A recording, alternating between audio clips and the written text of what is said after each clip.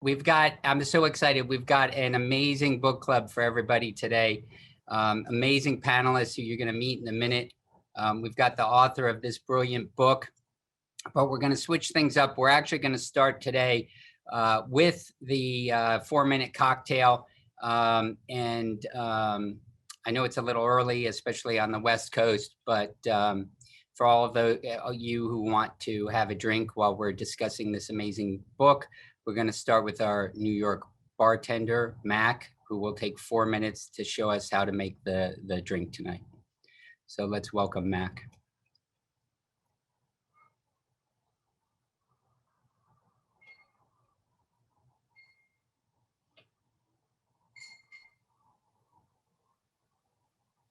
Hey, John. Hey, Jim, how you doing? Oh, it's been a terrible day. We had a secretary test positive for COVID. We all had to leave the office. I don't have my other computer. It's been crazy. So, Jim, I really appreciate you being on here today. And we're gonna bring the panel on in just a minute. I'm gonna introduce everyone, but we're bringing on. We're gonna start with the bartender today, and he should be coming on in just a second. Here I am. Here he is. Perfect. So go ahead. We'll take 4 minutes now to find out how to make this limoncello Trotto cocktail. Okay. 1 sec. Here we go. Start. Boom. Okay. How's it going, guys? Great. Andy Gleason. Most of you probably already know me. For those of you who don't, I now work at a new bar that I'll be opening myself called Bandits in the West Village. And today we'll be showing you how to make something called a Trotto bourbon cocktail. Now, this cocktail is a play on a Manhattan that a woman named Cynthia Tran, who works at a bar called Trotto in San Francisco, created. Their bar focuses on a lot of heavy citrus liqueurs, and this is a variation of a Manhattan comprised of limoncello, I made some of my own actually, some dry vermouth, and some whiskey. So first things first, we're going to be needing a mixing glass, as we see here, and we're going to go ahead and get started by putting our bitters in first. We're going to do 1 dash of Angostura bitters. All right. Next, we are going to be doing 1 dash of orange bitters. And we'll go ahead and we will grab a limoncello. We're doing 1.5 ounces of the limoncello. All right. So 1.5 ounces. Right in there into our our mixing glass. If you don't have a mixing glass, you can also use a shaking tin, and you can just put some ice in your tin and mix it in there. You don't necessarily need a piece of glassware. We're going to do 1/2 ounce of dry vermouth. And then we're going to go ahead and do 1.5 ounces of whiskey. So equal parts, whiskey to limoncello, a little bit of dry vermouth, 2 dashes of bitters. Then we're going to do some ice. When it comes to stirred cocktails, if you want to fill your mixing glass all the way to the top with ice. This ice is pretty thin, so it'll dilute pretty quickly. If you're using thicker ice, I would tell you to crack a cube, cover more surface area in the bottom of the glass. All right, now we're going to stir. See that? Push, pull motion right there. Some people count, you don't have to. I just kind of go by feel. And ice cubes are pretty small, like I said. Regular cubes from the fridge, so they dilute pretty quickly. Now we've stirred enough. I'm gonna go ahead and grab a larger cube for my rocks glass. So we're gonna go ahead and take our spoon out. Grab a julep strainer or whatever it is you might be using to strain. This is looks like a slotted spoon. Go ahead and pour that over the ice right onto the glassware, like so. Then we're going to take a Y peeler or knife, and we're going to make a little citrus peel. Like that. Peel. We're going to go ahead and grab it on both ends, like this.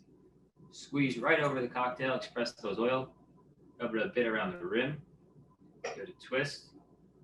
And voila, we have a lemon Trotto cocktail.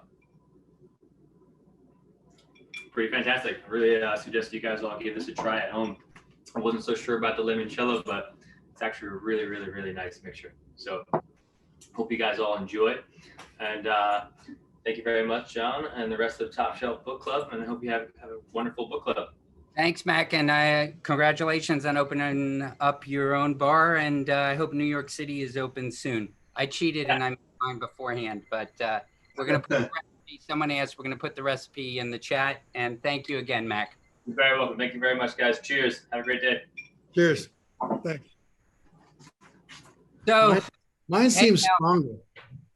yours is stronger. How do you know? What's going on? It's weird. It feels super strong. Maybe it's reading this book.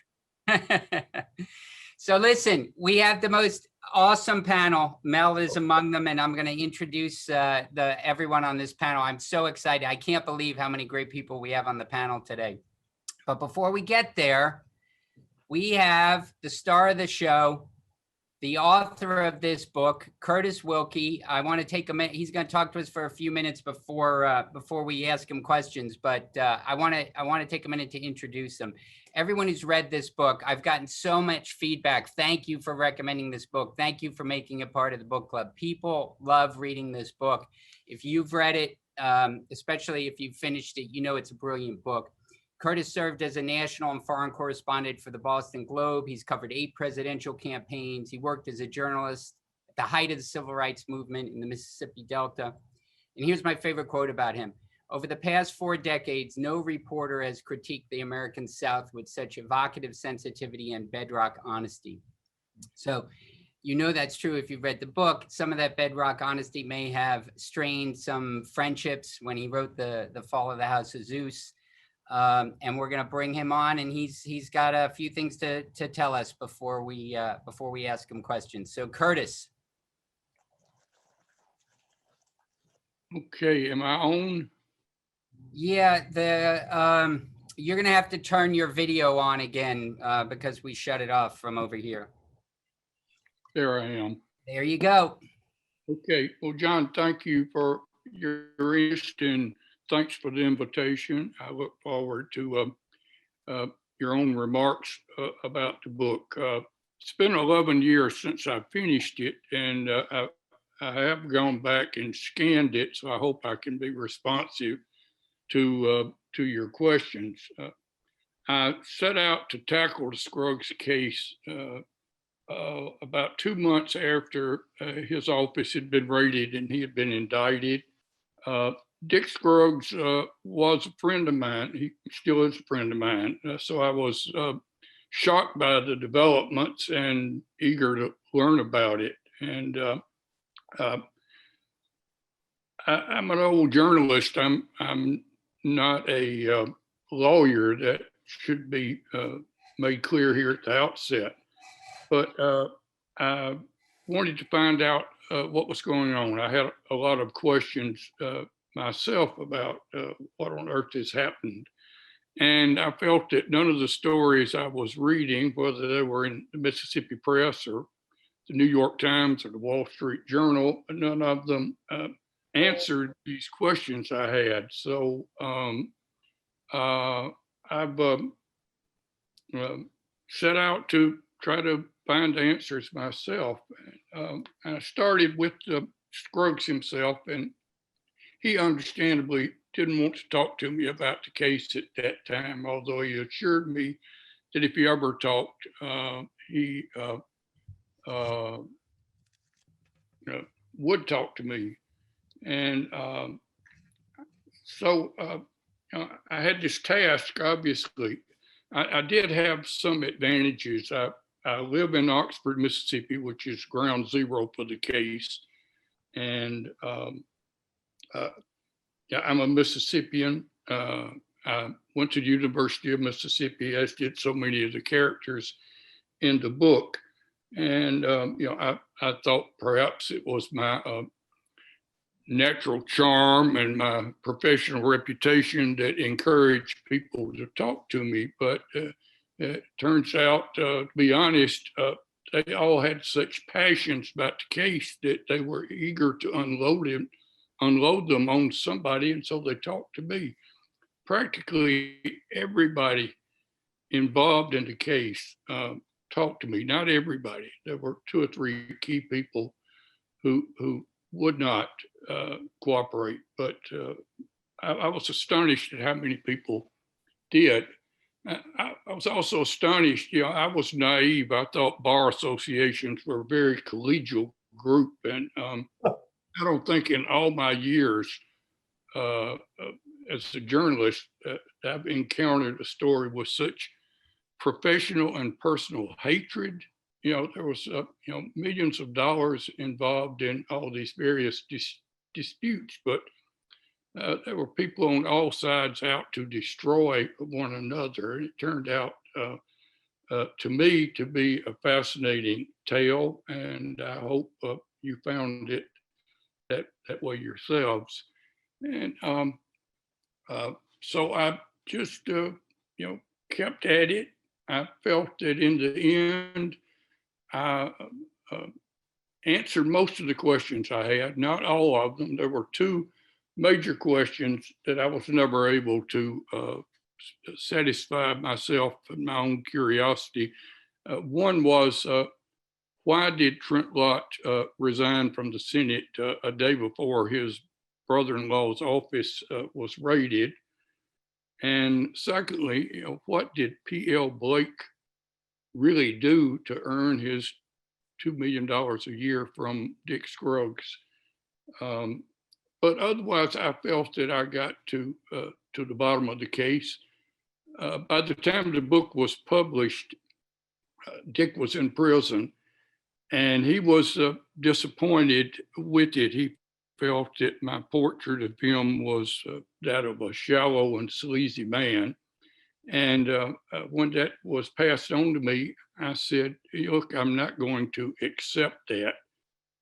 His son, Zach, who had already served 1 year and was out of prison, was the conduit for our messages. And I said, tell your dad to read the goddamn thing again. And Dick did. And he then sent word back, says, look, I now conclude that I didn't come off any worse in this book than anybody else in it. And it truly is, as far as from my perspective, it's a book without heroes, unless you count Diane Scruggs, Dick's wife. It's a bunch of flawed characters making some terrible decisions, whether they're judges or lawyers or prosecutors. And it was a fascinating exercise for me. I should point out that Dick is back in Oxford. He's been back for 5 or 6 years, lives here comfortably. He and his son now run a foundation where they're working with community colleges to provide GEDs for people who don't have high school educations. And it's a well-received organization here. Dick lives comfortably in Oxford. He told me he felt the book helped him be able to return to Oxford. He and Zach, are involved in this. Dick still has many friends who've been loyal to him throughout this. He, clearly acknowledged that he was guilty. He had made a mistake. He's still got implacable enemies who live here too, but he seems to be quite happy. And he and I had actually had lunch on the Oxford Square last week. So kind of ironic that I'm seeing him right before this event. So I'm very glad to be with you, and I'll try to answer any questions you might have, but I really look forward to your own impressions on the book. John, thank you. All right, so I do have some questions. Our members have emailed me some questions before we start, so I'll just spend 5 or so minutes on that, and then I'll bring on the panel.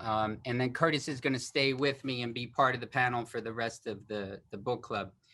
I should mention though, Curtis, just you know, why don't you explain how small, you mentioned to me, it's not just a small legal community, it's a small community. You knew a lot of the people you were writing about. Yeah, I was lucky. Quite a few of them I actually went to Ole Miss with many, many years ago. And Mississippi's a small state. We've only got 3 million people. And yeah, I'm a Mississippian. I was gone for a while, but I came back and I covered the South for the Boston Globe the last few years I was before I retired. And a number of those stories were in Mississippi. So I knew a lot of people in Mississippi, and or had connections with people, and so that was very, very helpful. All right, and I think it was Jason emailed me and asked, one of our members, has Hollywood shown any interest in turning the book into a screenplay? Not as much as I would like. I did sell movie rights to it, and nothing's ever happened. I told the guy who bought the original rights that it was going to be very difficult book to compress into a 2-hour feature. And I certainly was not going to have anything to do with writing a screenplay. I know better than to tackle something like that. And now that I've been watching a great deal of Netflix and God knows what, Amazon and HBO Max during the pandemic, I've become acquainted with these mini series that go on for 6 or 8 installments. And I think the book might fit into that, but so far nothing's materialized on that front. Yeah, I think it would be difficult to do in a movie. A Netflix series might be way better. You've got so many complicated things. That's one of the great things about the book. So I have some other questions from members, but I want to bring our panel on. They may have some insight into some of these questions, and also they may have questions for you. And so I'd like to introduce them as we start bringing them on one by one. I want to start with my friend Jim Bartemus, who you heard from a minute ago. When he popped on. He's truly one of the great trial lawyers of all time. He changed the wrongful death law in Missouri through litigation. In one of his cases, he tried the country's first organ transplant malpractice case in California, represented Kansas and Missouri in litigation. He was in on the tobacco litigation. He knows Scruggs from that. He's got some really interesting, maybe special insight. I don't want to say inside information, but special insight on the prosecution, which he's going to share with us. But I also want to say about Jim, he's always been unbelievably generous to me with his time and his advice. I really appreciate that. And what I love most about Jim is every time I talk to him, I remember what a good and decent man he is. He's an amazing human being, and we're lucky to have him with us. As I go through these, you're gonna start to say, wow, this is ridiculous, because the panel is ridiculous. It is stellar, but everything I'm telling you is true. We got John Gomez from San Diego. I've taught some classes with him on trial strategy, and it's just amazing to see how his mind works whenever I get a chance to hear how he thinks about a case. And in some of those classes, we go through a bunch of them, and I just marvel at his brilliance. He really is brilliant. You're going to see that tonight. That's how he wins cases that other lawyers won't try. And his verdicts, the amount of his verdicts are often surprising for the kind of cases. And I'll also mention he studies jujitsu, and he's very good. So if you're in the room with him and you think he might be calculating whether he can take you or not, I think he probably is. We got Chris Teasy from Wyoming. He works on massive cases, mass torts in leadership, over $20 billion in recoveries. There's a book that covers his work on one of those cases called Bad Blood, which I read because one of my cases it was relevant to, and that was crazy litigation. You might want to check it out. Cale Conley in Georgia. He's an author himself. He's written 2 books that were loved by the critics on Southern football rivalries, The War Between the States, and Sunshine Hate. Numerous verdicts, over $10 million. We've co-counseled cases together. I'd love to work more with him. Great lawyer.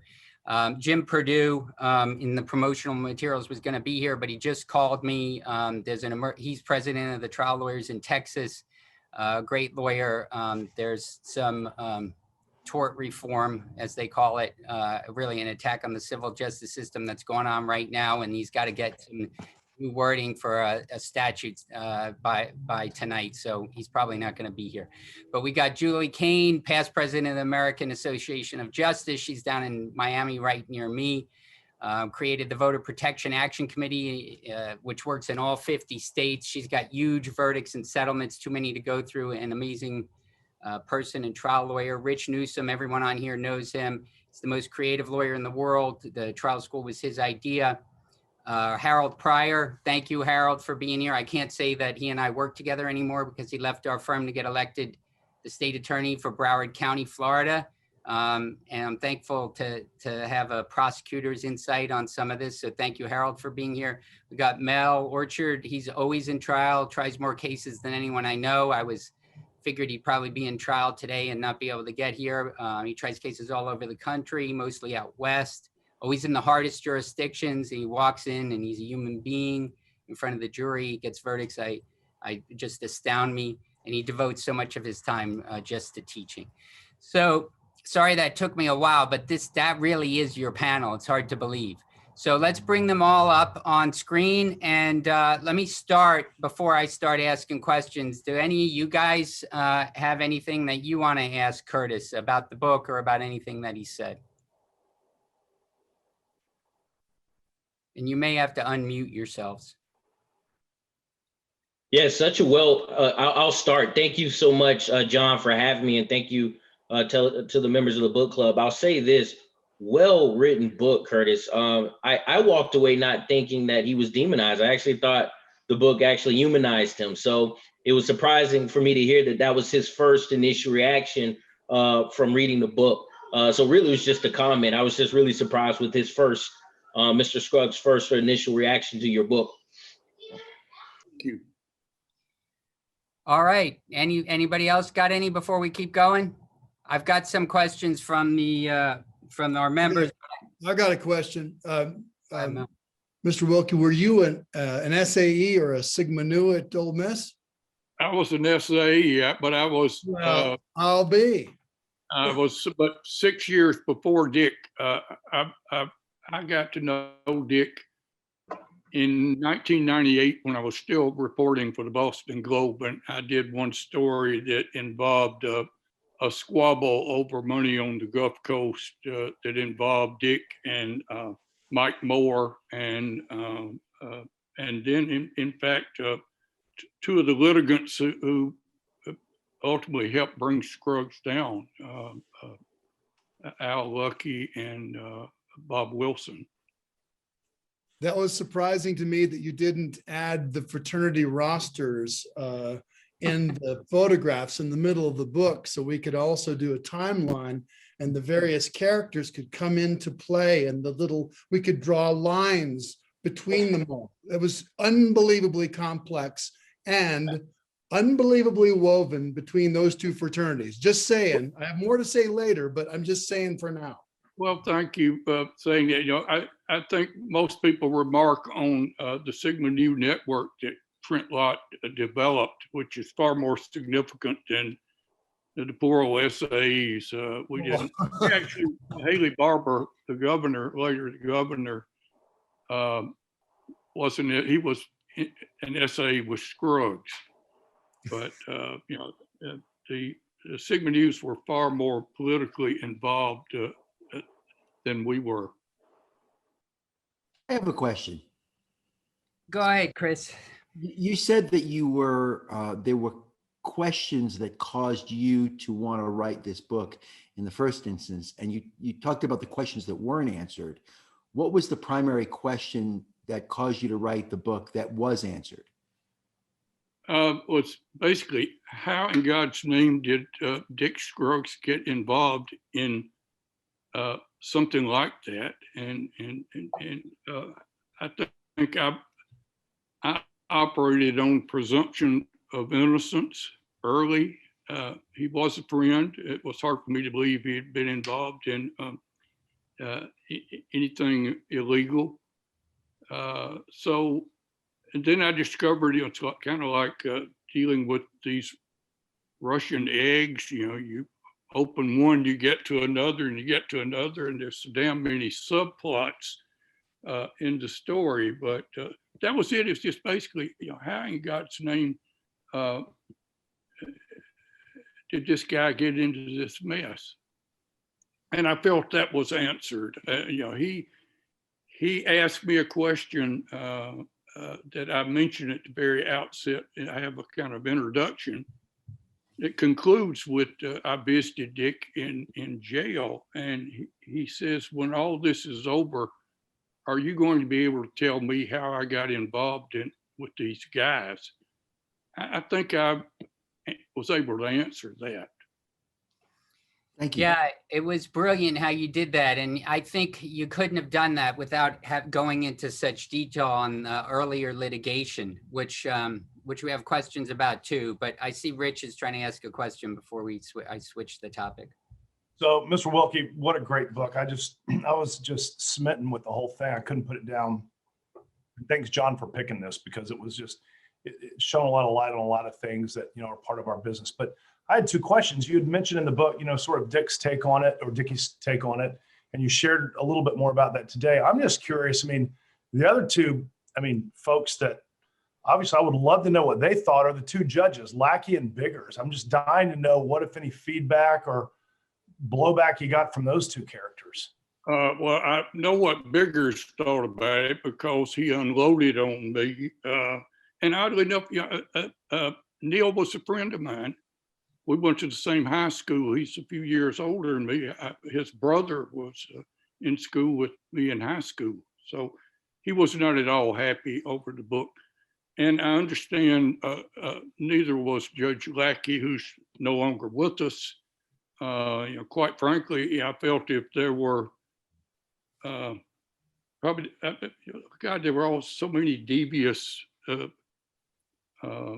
people in the book, but I felt Lackey was basically, I just felt he acted very improperly throughout that case. And, you know, he would not talk to me. And I think one of the reasons he didn't want to talk to me is he knew that I knew too much. Yeah, because sorry, go ahead. Someone had given me the all of the tapes, the FBI, the videotapes, the audios.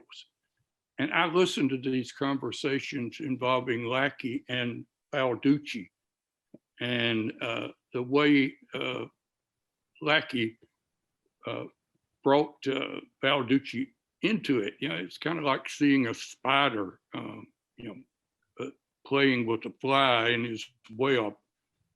I had no admiration whatsoever for Judge Lackey. Yeah, I wanted to follow up on that a little bit. That's probably a good place to start and get your thoughts and the whole panel. Let me read an excerpt. It basically, here we're talking about, and I don't want to use the legal word entrapment. I'm not sure I understand that, but just the general concept of it and what happened between Lackey and Balducci. So just to refresh everybody's about this point, there's the point in the story where it's undisputed. You know, we have a lot of points where different witnesses disagree about certain things, but every prosecution witness would have admitted at this point that Scruggs had never suggested or intended a bribe. And he had hired Balducci to go talk to the judge, and Balducci had gone to talk to the judge. And that's the only thing that had happened at that point. And so let me read an excerpt that Curtis wrote. Scruggs was known as the primary benefactor of the Democratic Party in the state. Lackey was a staunch Republican. Scruggs exuded wealth and fame. Lackey lived in relative obscurity. Although Scruggs lived only a few miles away, the judge had never met the man. Yet there was something distasteful about him. Lackey considered Scruggs a ruthless man who threw his weight around. And remember, something Scruggs had done politically had hurt Lackey's good friend, or had cost him his office in a political race. So he didn't like Scruggs. So let me go on. Before he left Lackey's office, Balducci put out another idea. For their new firm, Patterson and Balducci, they were hiring older lawyers to act of counsel. Balducci told Lackey that when the judge decided to step down from the bench, the firm would be honored to enlist him in that capacity. As he sorted out the conversation later, Lackey concluded that the offer of the of counsel position represented quid pro quo necessary to make Balducci's visit a crime. So this is just his supposition, and he's got a very negative opinion he doesn't like Scruggs. And even he later changed his mind a few days later and decided, or a little bit later, that Balducci had not attempted to bribe him. And he recused himself, and there was no one in the case that was unhappy with that. So at that point, no one had even thought of a bribe. Scruggs was not even involved. And the government pressured Lackey to unrecuse himself and to actually ask for a bribe. So I'd like to get the thoughts of anyone on the panel from any perspective, but starting with Curtis. How do we feel about the government doing that, right? At this point, no one had intended a bribe, and Scruggs wasn't even involved. How do we feel about what happened after that? Yeah, I'm a layman. I felt it was entrapment. Scruggs' lawyer, John Kecker, explained to me why he felt that he was unable to use that. It said because that Lackey was, not part of the, prosecution team or the government, and therefore that was a problem. And also, then ultimately, Kecker said that at the end of the day, he was stuck with the second case involving Judge DeLauder down in Jackson, which was the one that really croaked Dick. Yeah. Anybody else on the panel have any thoughts about that? I mean, doesn't that make you afraid? Curtis, Jim Bartimus, it's nice to see you again. You may remember you spoke to the barristers and I sure had a nice dinner together. Good seeing you and that group of lawyers from St. Louis that were involved were all very helpful to me, and I've enjoyed seeing you all. Good to see you. My partner, Chip Robertson, said to be sure to tell you hello. Have back to Chip. Isn't it true, though? I mean, a couple of things. First of all, the matter before Lackey that Balducci thought he could help with dealt with a fee conflict that Dick had, and that wasn't unusual for Dick. He evidently had a number of cases where he would end up with a fee conflict with other lawyers. But isn't it true that Lackey himself thought that he was being investigated as in trying to make this deal of going back and unrecusing himself because he thought, based on other information, that he was in fact being investigated? Lackey did know that he was under investigation, but this was, Jim, so far as I know, Lackey realized that he was being investigated after the case developed because, well, I know, Dick hired a detective himself to check out Lackey. And Lackey, there were certain questions about Lackey that I was not aware of at the time, but he may have known he was under some type of investigation for somebody other than Scruggs' detective. I know he got very angry during the course of the case after he knew that this detective was in Calhoun County asking questions about him. But those questions did, involve, knowledge of possibly shady business operations, and certainly one former partner, business partner of Judge Lackey was certainly a very shady character. I think disappeared for a while. And, there's no question Lackey had this animus towards Scruggs from well before Balducci ever came down there. Yeah, and he described him, he called him a monster from the beach, and a thug, and any number of things he said. Well, and didn't Dick, in fact, take out a full-page ad in the USA Today castigating one of Lackey's buddies, and that was really an impetus for Lackey to try to come back on this? On a pig. That was salt on the wound. Yeah, no question. There's a picture of that ad in the book. Where it's the insurance commissioner of Mississippi at the time, who Dick basically helped drive out of office. Very unflattering cartoon of the insurance commissioner as a pig with someone putting lipstick on a pig. No question. Lackey despised Scruggs, and Lackey had a history of basically, you trial lawyers will appreciate it. He couldn't stand trial lawyers in general, and he hated Democrats. So, Scruggs just fit every category. So, I mean, Mel, Cale, you guys in the states you're in, I just love to hear what you think, that you could have a hostile prosecutor, a judge who hates you for whatever reason, and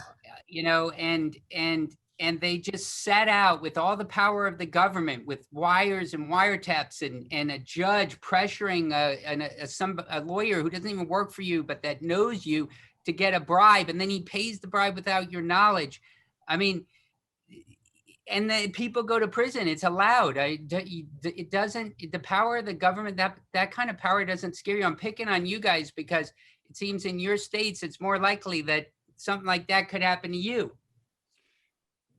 Okay, who goes first, Cale, you or me? Because I have a lot of feelings about this. We will definitely go beauty before whatever. So you go first. Go first. I'll go first. So let me just say, first of all, Mr. Wilkie, thank you so much for being part of this panel and for writing this book. It was horrible to read. I felt like a Boy Scout because I sat as the chairman of the Commission for Judicial Ethics and Conduct for the state of Wyoming for 6 years. And I've put on ethics, moral compass programs for our local judges, for our Supreme Court judges, as kind of a person to be helping them talk about the things that they face that they can't talk to anybody else about. I've never even heard of anything like this. I feel like a Boy Scout. I feel like I'm embracing my own ignorance. I had a yellow highlighter and I've dog-eared these pages on this book. It blew me away. So to answer your question, John, I do worry. I mean, I think it's one of the reasons why my partner, Jerry Spence, is sometimes paranoid about these kinds of things. He worries that his position of power, he did a lot of representing people who were unsavory, to say the least. The FBI and the Ruby Ridge case. I mean, you talk about the kinds of cases he defended. He was always worried about the power structure coming down on him. But I mean, I think this is a case of you are the product of the people you surround yourself with. And while we as trial lawyers have to get to know our clients, reverse roles with them, live with them, become them, understand their feelings, it's a different thing than when you surround yourself with them as part of your business enterprise. And I think that in large part, John, I worry about it, but I don't know what it is about these Western states. I don't see it. I don't see that kind of abuse of power. And maybe I'm just naive, and maybe I'm just embracing my ignorance, but I don't see it as much. I was blown away by this book. Hey, Mel, I got a question for you. Which part? I mean, there's two parts of it.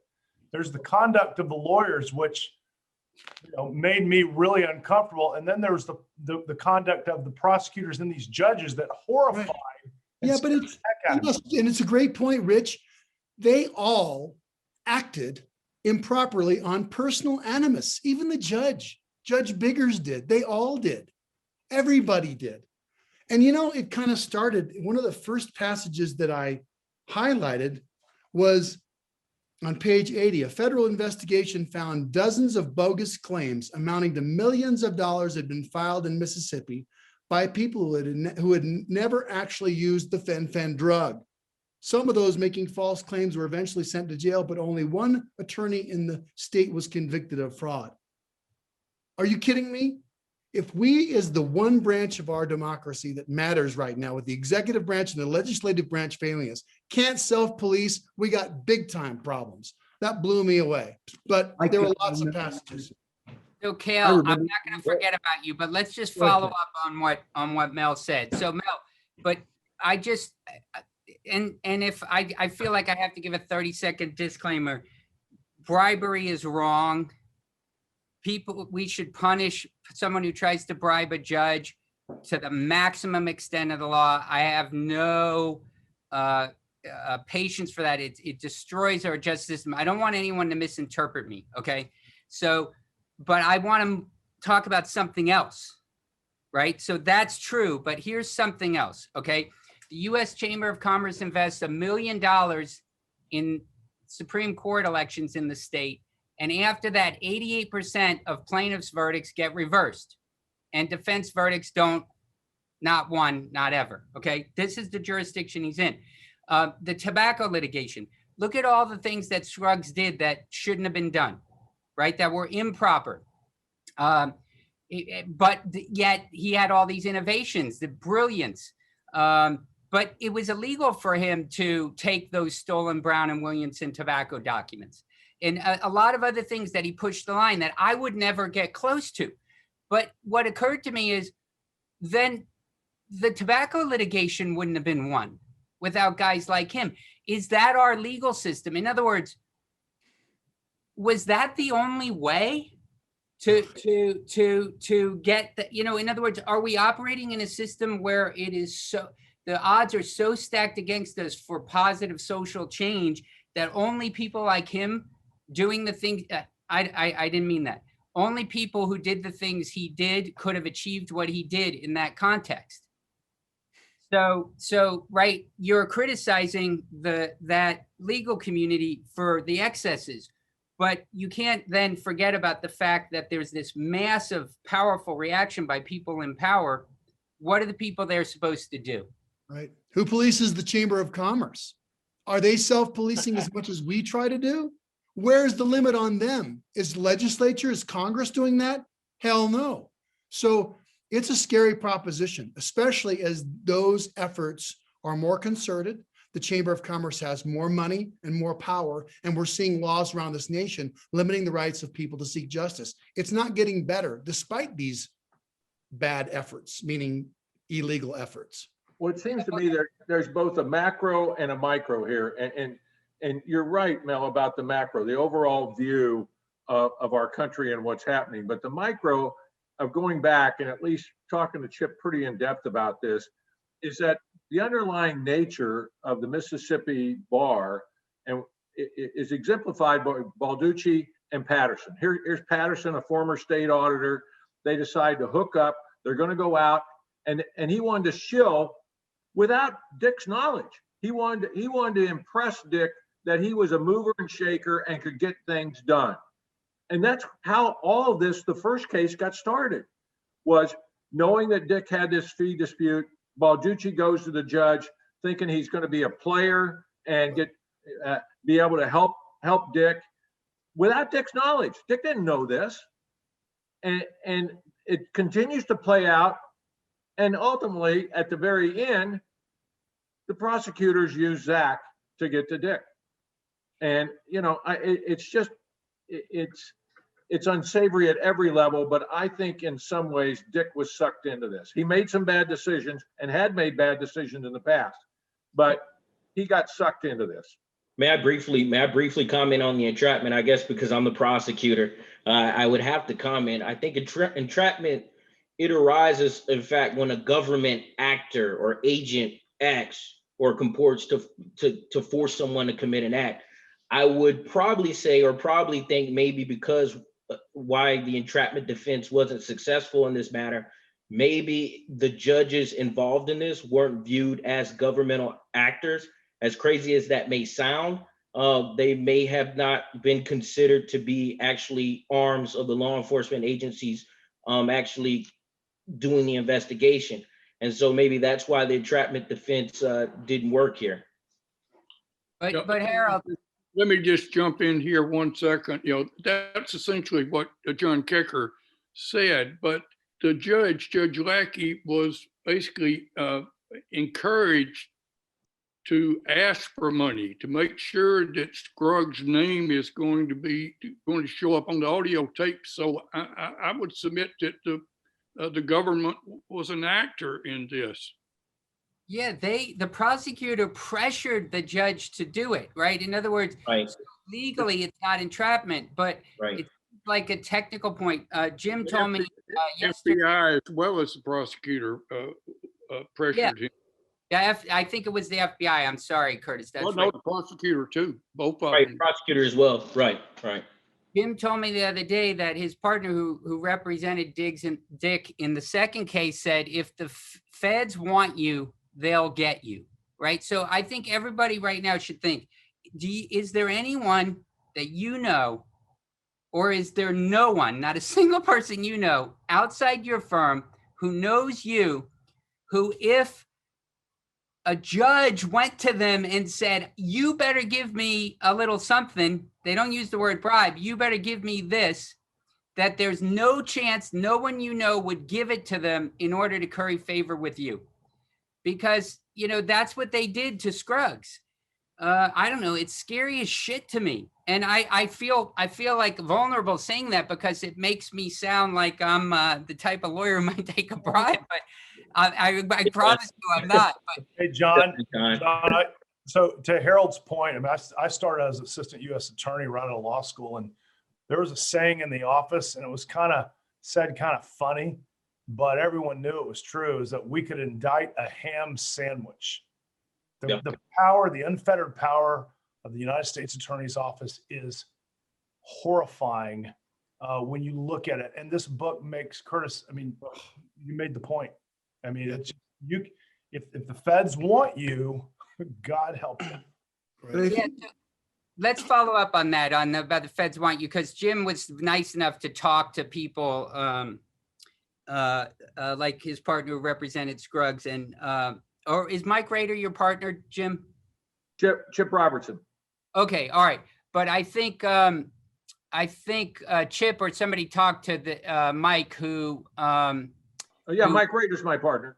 Oh, he's your partner too. Okay, so he sent a New Yorker article where in the New York article they described something.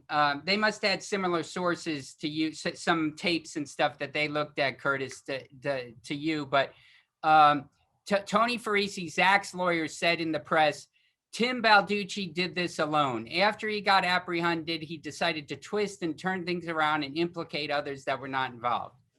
The day after those remarks were made in the press, FBI agents raided the law offices of Scruggs' defense attorney in the case. Okay, so not only did they do everything we've been talking about, which is not entrapment, but certainly feels like it, they then raided his defense attorney's law office.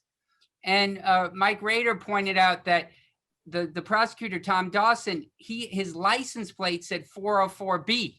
That's what it said on his license plate, a special license plate 404B. So he used 404B, that principle of getting evidence of a pattern to use of another crime to use in this crime to raid your lawyer's office. So now I want you to imagine this is you, somebody who doesn't work for you, who wanted to curry favor with you, who got pressured by a judge, didn't even have the idea for a bribe, got pressured by a bribe and decided to do it. Now they're raiding your own law office. So So Jim, I don't know. I appreciate you getting that information for us, but I mean, what will you expand on that? If the feds want you, they'll get you. Your partner said it, and then Rich just said it, and Harold hasn't said it yet, but I saw him nodding. Well, you know, there's really two cases here. There's the Balducci case at the beginning, and then that goes over into the supposed other bribe involving the judge and Trent Lott, the judge who wanted to be a federal judge, and Trent Lott. And that's where they got a conviction on the honest services fraud.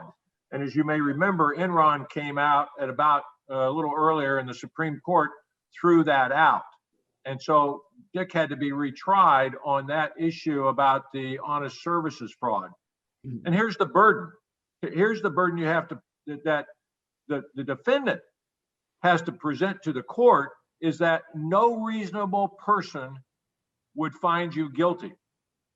And yet the judge said, oh no, I think somebody will find you guilty. And that was the conviction on the second case where we got.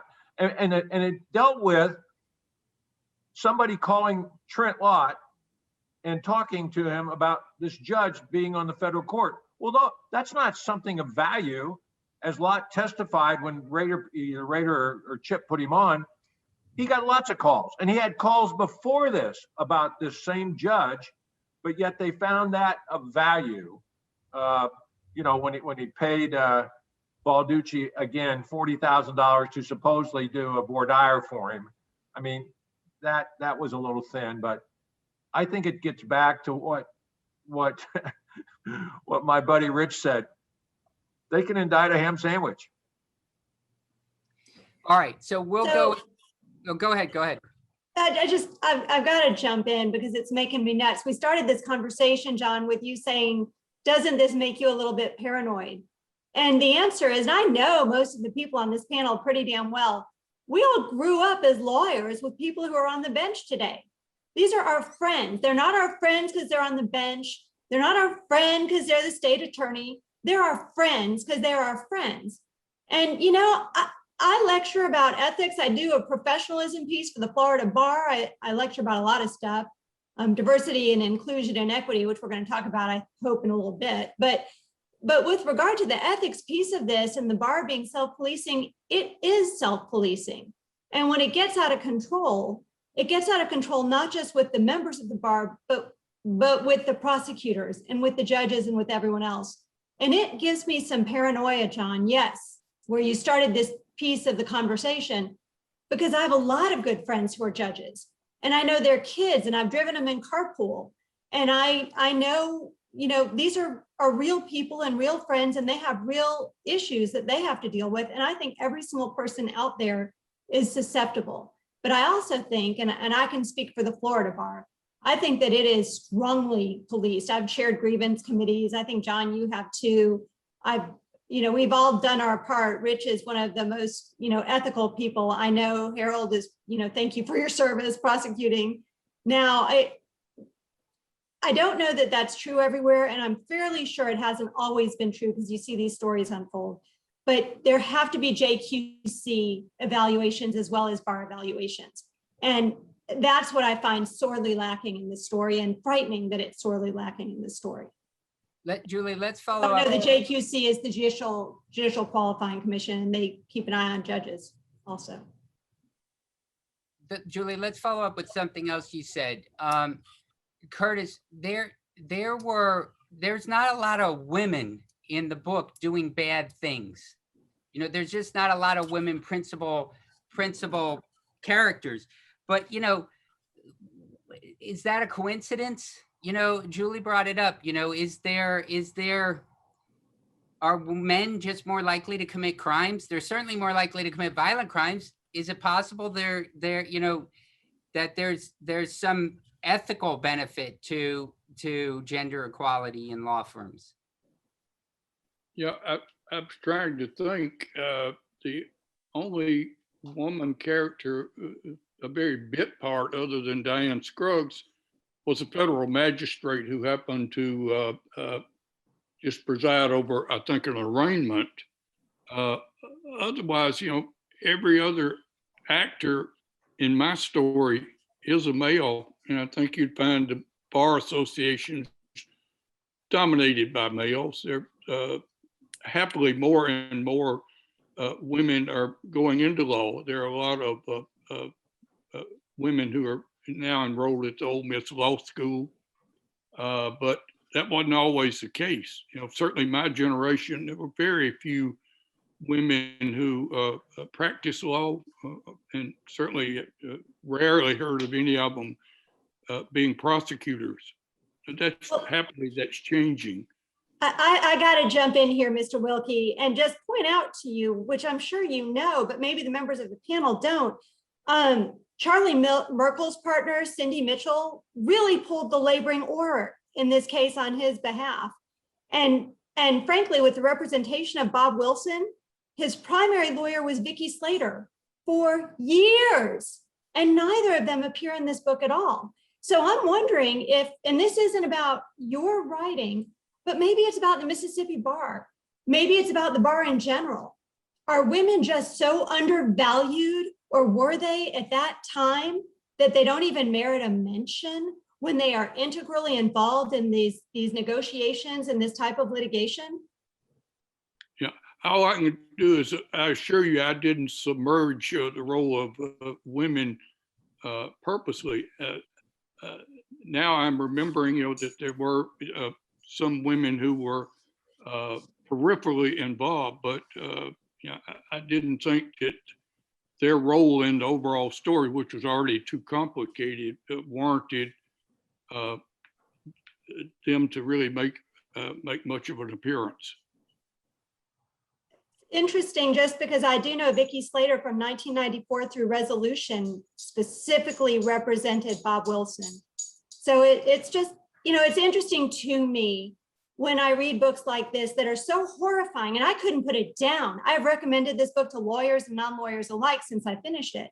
But it was so interesting to me how the role of women was really not touched upon at all, other than the beleaguered wife and of Dickie Scruggs, who, bless her heart, tried to protect her husband. Just as time goes on, I think there's so much opportunity for the ethics piece of it that you talked about, John.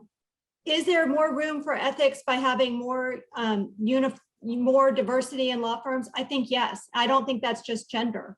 I think it's just societal recognition of equality across the board. And I'm delighted to see our court, state, federal, taking an active role to promote diversity and equity and inclusion now. And I'm hopeful that we see more of that. When we're looking at books in 20 years about things that are happening today, I'm hopeful we'll see strong, ethical people of diverse backgrounds represented.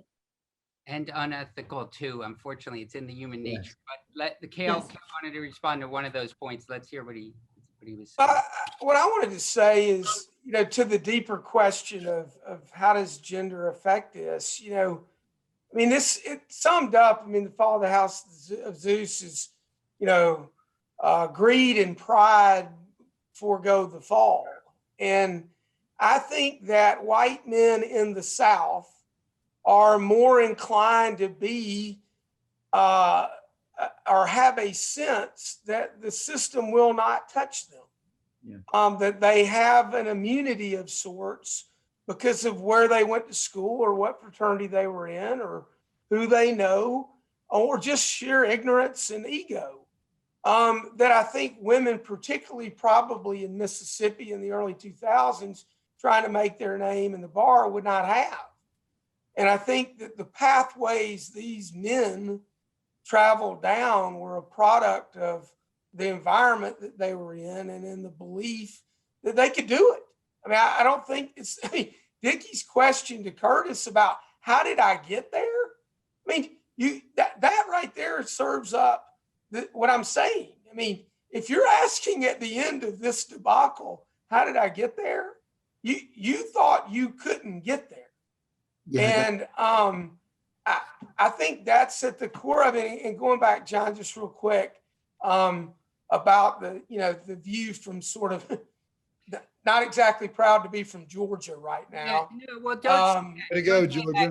But I do want to hear your thoughts on this. Well, what what I wanted to say first, Curtis, it's an honor to meet you. And I'm probably about two life decisions when I was 23 away from doing what you do or wanting to do what you did. I mean, and if I got thrown out of the law tomorrow, I would write, and I would try to write books as interesting and riveting as this one. And I'm a J school grad from UGA, and I just admire the craft behind what you did as someone who's written a book, 2 books, and that aren't nearly as good or interesting. But John, you asked the question about, fear in the South and that sort of thing. And the observation I would make is the level of mayhem and nuttiness that can go on is directly inverse to the size of the pot in which the elements are brewing. And some of the craziest stories that I have ever heard in my entire life are from the smallest towns in Georgia. And I think, somebody said long ago that one of the reasons so many people agreed to fight in the Civil War when it made absolutely no sense to do so for either side was sheer boredom. They were bored. They wanted something to do. And I think in these smaller towns, and I don't know Oxford, I've been there, it's a beautiful place, but the comment about in a more rural state, in a state like Wyoming or Georgia, where you do have a lot of communities that are small, the little bitty infighting that occurs, judge gets pissed at lawyer because of something they said at the Rotary Club on Tuesday night, starts out as this little, seed. And in this community, somebody says something at Waffle House, and then somebody says something at the calendar call. And 3 months later, it's damn World War III. And, something they do make Netflix series out of.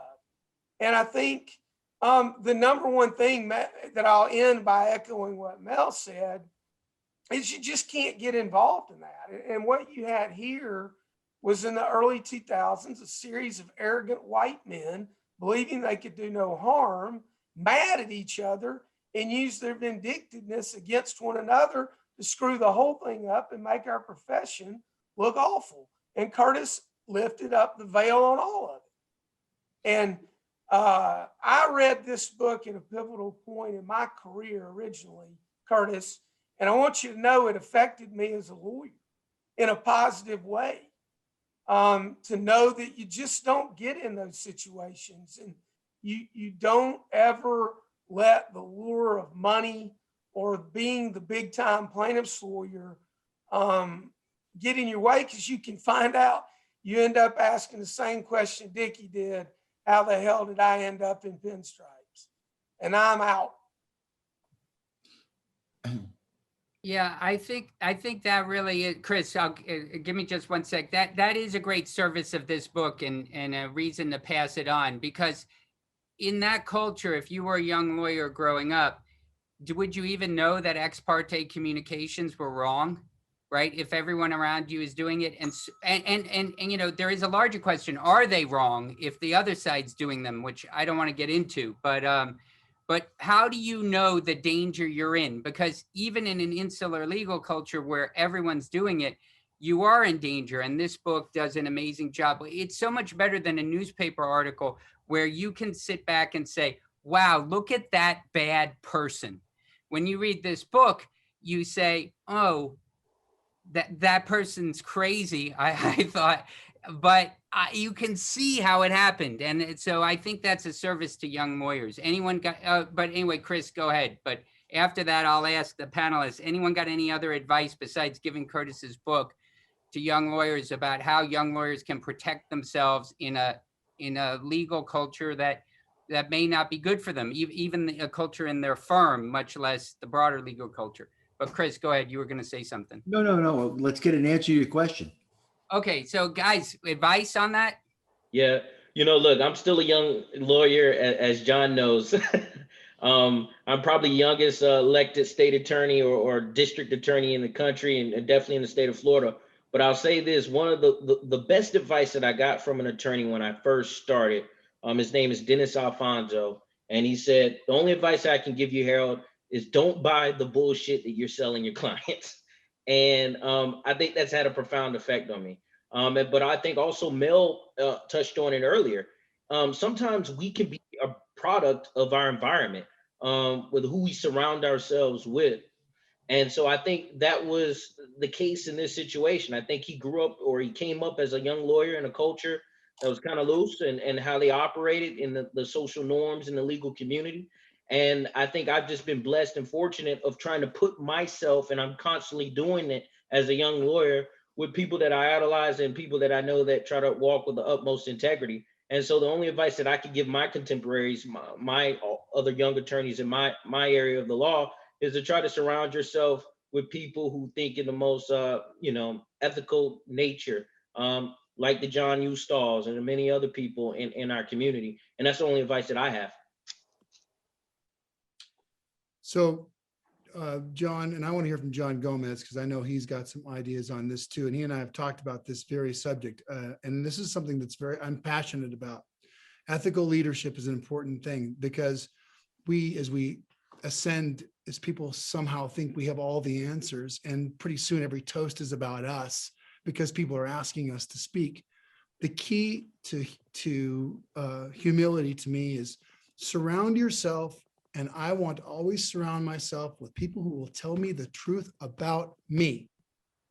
The truth about me, not who think that every joke I tell is hilarious, or that every word is a drop of wisdom. Who's going to tell me the truth about me? And that's who I want to surround myself with, because otherwise your compass isn't true north, and you got to recalibrate it. You got to go back to people who know you, your mama, your pastor, the judge you clerked for, the people who know you, your best friend who works in a garage, whatever. Go back to the people who know who you are. They'll tell you the truth about who you really are. So Gomez, I'd like to hear, Mel called you out, and I'd like to hear your thoughts, but let me make it even a little more specific, because it's not just making sure you don't fall into temptation. I just want to remind you, this is a legal culture. We know from the book that allowed tobacco companies to pay community leaders as consultants to tamper with a jury. They successfully did that in a tobacco trial. So it's a harder question than just how do you not get tempted? It's how do you succeed as a lawyer and not get tempted? Yeah, I mean, I feel like you could go on and on and on about successes that trial lawyers have achieved for consumers and for all of us doing it the right way. And so I don't buy the argument that you need to cheat to win at all. I just, the lesson that I really derive from this book, and what I try to share with younger lawyers, is you have to keep your character in check. You cannot change if you have success. And so the way I kind of followed Mr. Scruggs' human development, I think that's really what it goes to, human development. Like, you can't change who you are once you have success. And I totally agree with Cale. This was a product to me of growing arrogance and greed that came with success. I don't think the guy at the end was the same guy at the beginning of the book, and so you've got a guy that's got enemies all over the state, walking down his hometown street. He's suing everybody left and right. There appears to be some dependency at the end, which probably clouded his judgment, and to me, that's all borne out by, this, we have success and we think we're great. Everybody tells us we're great, and it goes to our head and we change who we are. And I think that's what happened to him. I think Cale's exactly right. How did I get to that place? It was a long time coming. And so, I wonder, my question to Mr. Wilkie, I'm always curious about the human side of things, is does you had lunch with him last week?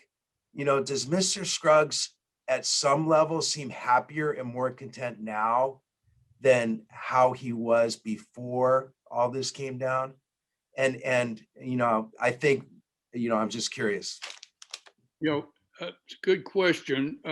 Dick has said publicly, to the extent he says anything publicly, he says this to people, said, I was humbled by this case, and that was something I needed.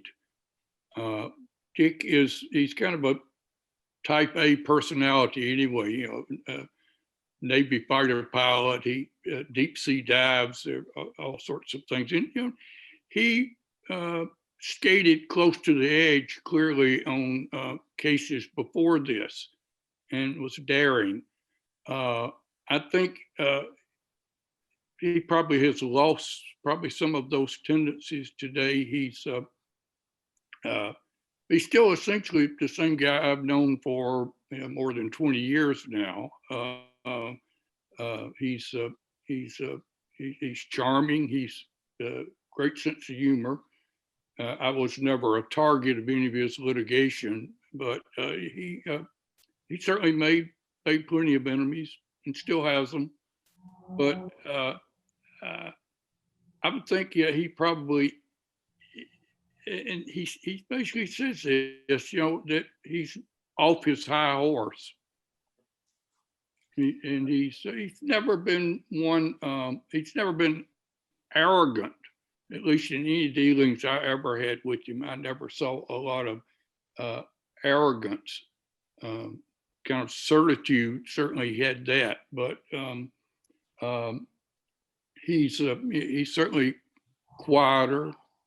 He's humbler, but he continues to do a lot of things in this community quietly in terms of using his generosity. He's still, so far as I know, got millions of dollars coming in every year from the tobacco settlement, and will until 2025. And I'm aware of some of the generous things he does that he never talks about. Yeah, now might be a good time in answer to John Gomez's question for Curtis, you or maybe Jim, to talk about Second Chance Mississippi, what that is, what he's doing with that. Go ahead, Curtis. Well, as I said at the outset, that they were casting around, they're disbarred, Dick and Zach, his son. Now, what do they do with the rest of their lives?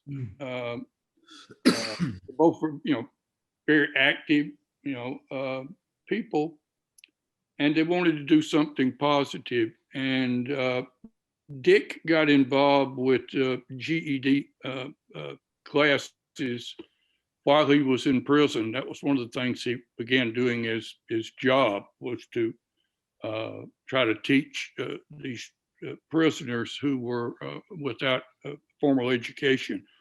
And he felt, and God knows we need all the help we can get in Mississippi on education. And so they turned to this. He originally was doing it with prisoners, and now they've been able to expand it to just the general population. People, we're a poor state. People who don't have a high school education, they are working with, I think, virtually all of our community colleges in Mississippi to build up GED programs for people. And they get a lot of support from other donors, but clearly Dick is invested a lot into this. And so I think it's a very worthy organization, and I think he's picked up a very good thing to kind of go out on. Dick is, I guess he'll be 75 at his next birthday, but it's got the organization Second Chance Mississippi's got wide community support here in Oxford and in Mississippi. Started teaching when he was in prison. So, something good came out of that. He liked it. Sorry, go ahead. Yeah, no, I have a question, because I think you brought up a really good point earlier, John, and I'm trying to figure out a way to say it that doesn't sound, I feel how you were trying to express yourself earlier, which is, would big tobacco have ever been brought to to justice had these kinds of, had he not done some of the things that he did. And I think that's, and I look at the other side of it. How many of us, I mean, I deal with big corporations all the time, and I know that they hide documents. I know that they're doing, even things like confidentiality orders where they don't allow the information to come out to the public, to me is a very unethical thing. And so the question is, I really appreciate John Gomez's point. You got to do it. We all have to do it ethically, but question whether or not any of the good that was done would have ever been done otherwise. I mean, do you think that big tobacco could have ever been brought to justice had you not paid for those documents? Jim, you want to answer that? Well, yeah, Chris, I think you're absolutely right. And Ron Motley, Dick, Mike Moore, the people who had boots on the ground, we knew that documents had been flown off to Australia where there's no reciprocity. We can't get them. We know different things happened with the tobacco litigation. Anecdotally, we don't have any proof of that, but we had a strong suspicion of that. And when you look at the egregious nature of what was happening to the kids in our country, where tobacco was targeting 9 and 10 and 11-year-olds, right? Joe Camel, I'm not condoning any of the what John is talking about, but sometimes this stuff lands in your lap, like Balducci landing in Dick's lap. When Dick never sought him out to do that, he was trying to provide. Balducci was trying to curry favor with him, and he just got caught up in. And as Curtis has said, the atmosphere at that time, particularly in Mississippi, with first asbestos and fin and otherwise, it was pretty loose. And I'm not saying that end justifies the means, but I'm not either. But I mean, I was thinking about things like the Pentagon Papers, right? I mean, that was clearly not a legal thing. But look at the kinds of things that came out of that. I know I wouldn't do anything like that, and but again, look at the fact that we don't have kids smoking anymore.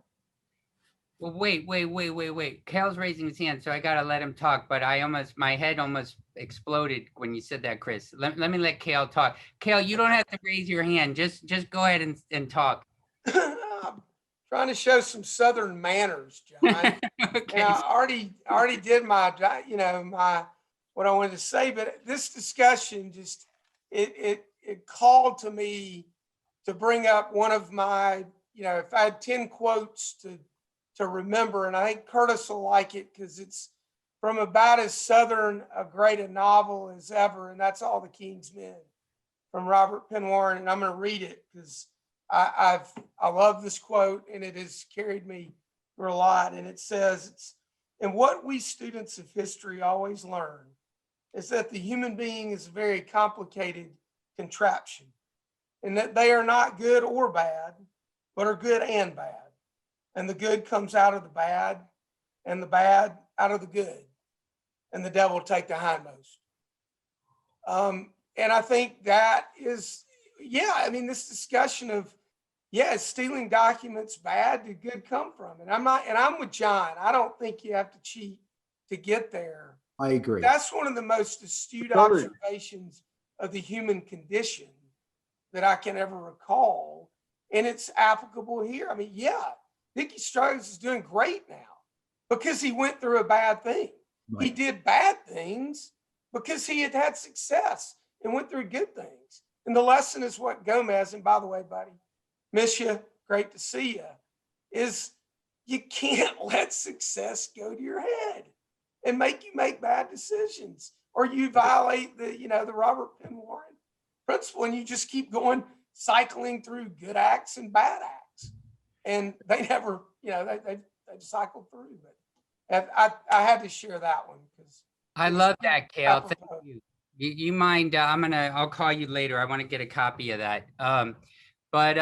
So look, we try to go about 75. We're happy to go longer, but I think that beautiful quote is a good way, a good time to end this. Give me another 2 or 3 minutes. First of all, Curtis, thank you for writing a brilliant book. It really is a warning to me in my heart, and I appreciate that. I first read it many years ago, and like Kale, it has affected my career, and I thank you for that. And for really giving us a glimpse into his heart, because that is the value that I think we can pull from this. So I want to finish with that, but just real quick to the panelists. I can't believe we have so much brilliance on one little Zoom screen, and I think my computer's about to explode. Thank you guys for really, I know it's a big ask for me to say, hey, read this book and read it quickly and come here and say great things about it. Really brilliant, insightful things. So thank you so much. Curtis, thank you for being here with us. But let me just follow up on what Kale said. The reason this book is so scary to me is first of all, and we talked about that in what the government can get away with to get a lawyer that the government wants to get. That's scary, but there's something, at least to me, that's more scary, and it just goes to how corruptible the human heart is. And so my suggestion is, my takeaway, my advice to you, if you want to take it, is it's easy for us to just shake our head and look at Dickie Scruggs and say how greedy he got, or how he changed, or how success went to his head, and that would never happen to me. And isn't it crazy how greedy and stupid and immoral a lawyer can be? And by the way, I do that every time I see some lawyer to agree to represent a tobacco company. I shake my head at how greedy and immoral a lawyer can be. But here, I don't think we should do that. We should remember that people are corruptible, and that means we are corruptible. And better than being tested and proven honorable is not to be tested at all in this context. So I have another quote. It's from John Grisham, who I hear went to visit Dickie Scruggs in prison and interviewed him when he was writing King of Torts. But in another book he wrote, every lawyer, at least once in every case, feels himself or herself crossing a line that he doesn't mean to cross. It just happens. And if you cross it enough times, it disappears forever. And then you're nothing but a lawyer joke, just another shark in dirty waters. So I try to remember that. I have this book, The Fall of the House of Zeus, on my bookshelf where I see it every day to remind me of who I want to be and who I don't want to become. So any further final comments? John, so there were a couple of passages. One is where Dickie Scruggs is speaking to I think it was in Southern California, and he talks about character. And I think that your point is so well taken with me. For any of us, and I'm one of the people who preach about ethics. And maybe because there's something in me that I haven't uncovered yet that's unethical. Maybe the reason I preach, I fear thou protestest too much. Maybe there's, honestly, but I think that the way you guard against unethical or dishonest behavior is by never being too much of an advocate for your own honesty. When people start the conversation, to tell you the truth, I always go, what's being hidden here?